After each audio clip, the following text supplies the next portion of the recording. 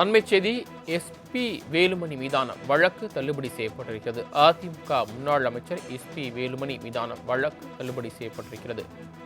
கூடுதல் விவரங்களை செய்தியாளர் கிருஷ்ணமூர்த்தி வழங்க கேட்கலாம். கிருஷ்ணமூர்த்தி, வரங்கள். வணக்கம். அதிமுக முன்னாள் அமைச்சர் எஸ்பி வேலுமணியின் வேட்புமனுவில் முதலீடுகள், வங்கி கணக்குகள் உள்ளிட்ட தகவல்கள் மறைக்கப்பட்டது குறித்து தேர்தல் ஆணையம் விசாரணை நடத்தக்கூடிய வழக்கை தள்ளுபடி செய்து சென்னை உயர்நீதிமன்றம் தற்போது உத்தரவிட்டிருக்கிறது.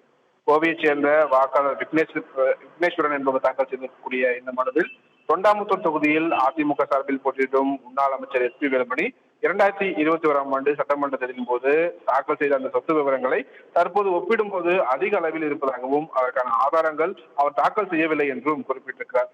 வேலுமணியின் சொத்து விவரங்களின் உண்மைத்தன்மை மறைக்கப்பட்டதா என தேர்தல் ஆணையம் விசாரணை நடத்த உத்தரவிட வேண்டும் என்றும் கோரிக்கை வைத்திருந்தார்.